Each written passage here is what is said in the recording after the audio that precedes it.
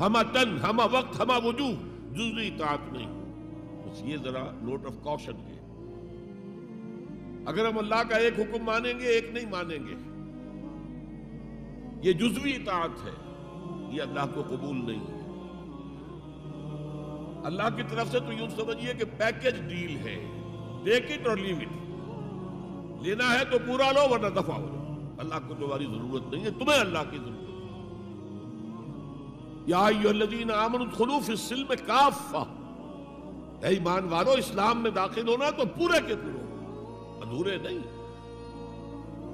اور سورہ بقرہ کی آیت نمبر 85 کے اندر تو جو وعید آئی ہے، افتؤمنون ببعض الکتاب وتکفرون ببعض، کیا تم ہماری کتاب، ہماری شریعت کے کچھ حصے کو مانتے ہو اور کچھ کو رد کرتے ہو؟ تو جو کوئی بھی تم میں سے یہ روش اختیار کریں گے، ان کی کوئی صدا اس کے سوا نہیں ہے، کان کھول کر سنیے، ان کی کوئی صدا اس کے سوا نہیں ہے کہ دنیا میں ذلیل و خوار کر دیے جائیں اور قیامت کے دن یردون الی اشد العذاب، شدید ترین عذاب میں جھونک دیے جائیں.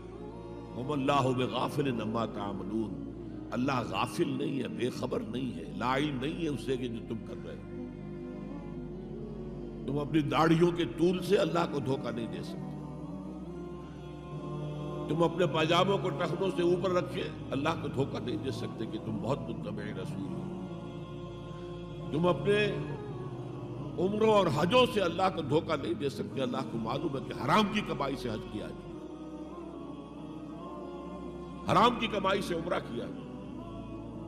تو یہ جو جزوی اطاعت ہے، کوئی اطاعت نہیں، اللہ کو قبول نہیں. آدمی سوچتا ہے کہ چلیے میں نے یہ کام اچھے کیے، یہ برے کیے، مجھے اچھے کاموں کا کچھ کریڈٹ بھی تو ملنا چاہیے نا. لیکن نہیں، اللہ کہتا ہے جزوی اطاعت منہ پر دے ماری جائے. اور جو دنیا کی سزا ہے وہ تو ہم اپنی آنکھوں سے دیکھ رہے ہیں.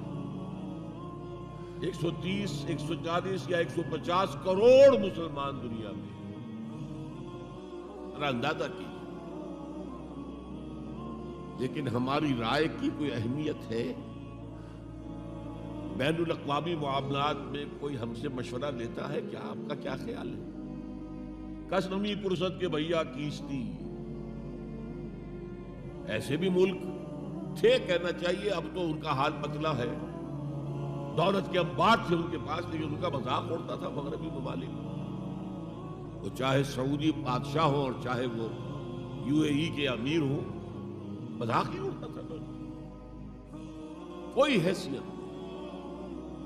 حالانکہ کتنا بڑا رقبہ ہے انڈونیشیا کے آخری جزیروں سے لے کر موریتانیہ تک، سالڈ اسلامی آبادی، مسلمان آبادی.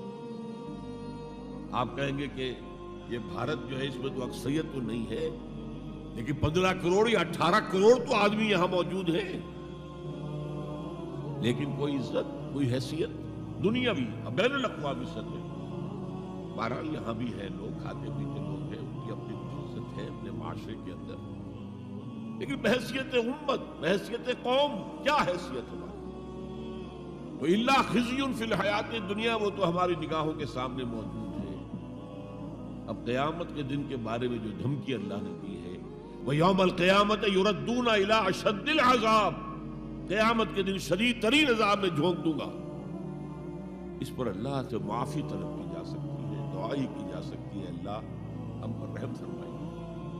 یہ میں نے آپ کے سامنے رکھا ہے فارمولہ، اللہ کی اطاعت جمع اللہ کی